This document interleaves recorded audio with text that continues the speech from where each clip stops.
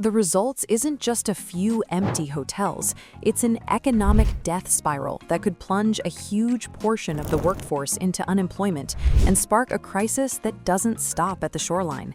This isn't science fiction, it's a simulation of what happens when a country's greatest strength becomes its most profound vulnerability. To really get the scale of this, you have to look at the numbers. And in Jamaica, the numbers are massive. The tourism sector isn't just a piece of the economy. In many ways, it is the economy. When you add up all the direct and indirect impacts, tourism is responsible for nearly a third of Jamaica's entire GDP. It's the nation's single largest source of foreign exchange, bringing in nearly half of the US dollars that flow into the country.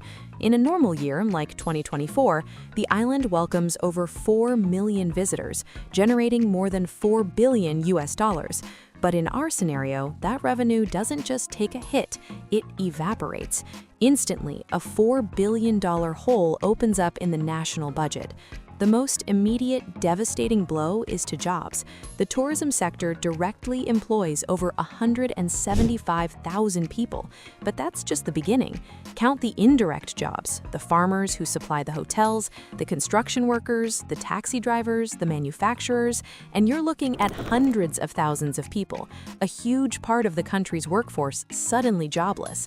We don't have to guess what this would feel like. We saw a preview during the global shutdown in 2020. Jamaica's economy was hit hard, with the hotels and restaurant sector contracting by a jaw-dropping 87.5% in a single quarter. The collapse of that one industry was enough to drag the entire country's GDP down by 18%. Now imagine that kind of shock, but with no end in sight. No rebound, no recovery package, just a permanent gaping wound. The unemployment rate, which had hit record lows, would explode. This isn't just a number on a spreadsheet. This is a crisis playing out on every street corner, in every town, from Montego Bay to Kingston. A shockwave this big doesn't just stop at the beach, it triggers a chain reaction, a series of dominoes falling first across the nation, then the region, and finally the world. First, the national crisis. With nearly half its foreign currency gone, Jamaica would face an immediate import crisis. The country relies on those tourism dollars to buy fuel, medicine, and food. Without them, supermarket shelves would start to empty, gas stations would run dry, the cost of basic goods would skyrocket, sparking hyperinflation. The money in your pocket, it would be almost worthless overnight. The government itself would be bankrupt. Without tourism taxes, it can't pay police, teachers, or doctors. It can't fund social programs or maintain roads. We've seen similar situations in other countries, like Greece during its debt crisis, where brutal austerity measures led to widespread social unrest. A state that can't provide basic services is a state on the brink. Then, the dominoes start falling outside of Jamaica. The crisis becomes regional. The Caribbean is a deeply connected tourism ecosystem. Airlines and cruise lines build their routes around major hubs like Jamaica. A black hole in their schedules would cause chaos. Flights would be canceled, not just to Jamaica, but across the area, as entire routes become unprofitable. Neighboring islands might see a short-term bump in diverted tourists, but the long-term effect would be chilling. An economic collapse in a powerhouse like Jamaica would destroy investor confidence in the entire Caribbean. Why build a new resort in Barbados when its neighbor is in an economic freefall? Finally, the ripple hits the global market.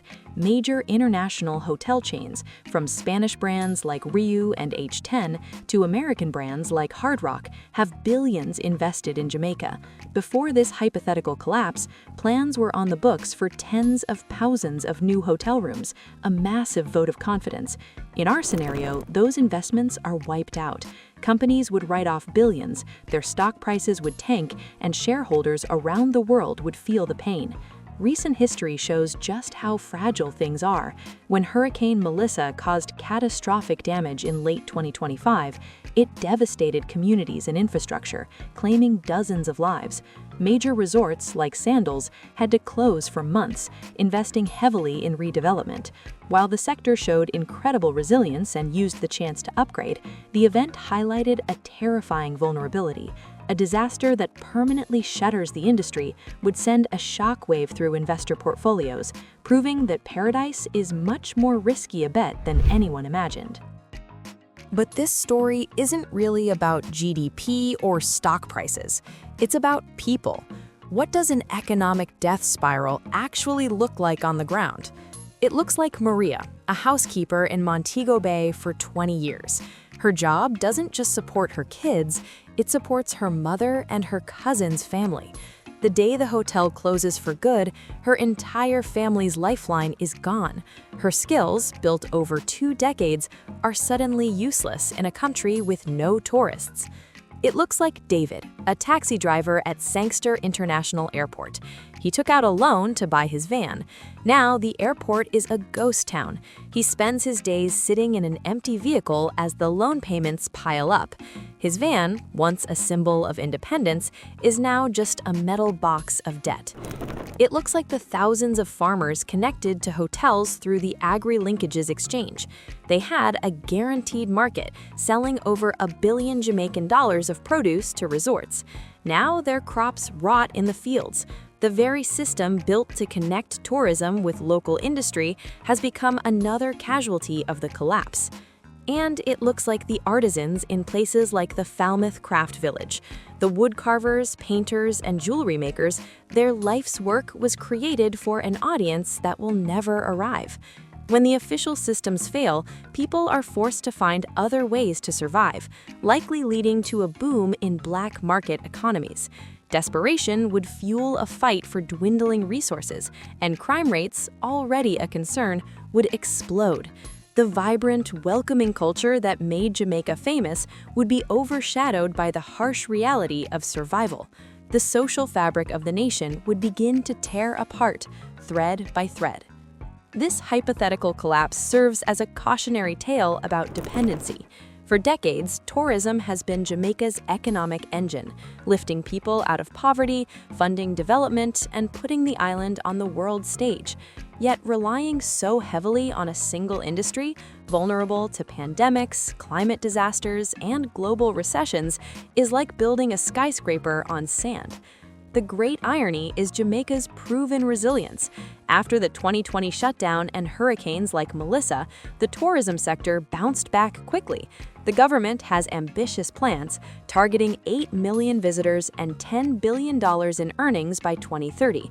Global hotel brands continue to invest heavily, reflecting strong confidence in the island's future. Still, this what-if scenario is not a prediction of doom, it is a warning that the very engine of Jamaica's success also makes it fragile.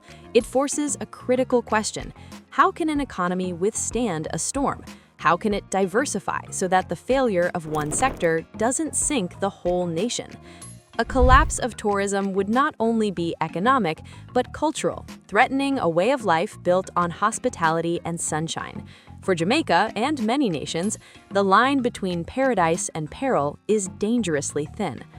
What steps could Jamaica take to protect itself from such a collapse? Share your thoughts in the comments and subscribe for more what-if scenarios exploring the hidden fractures of our global economy.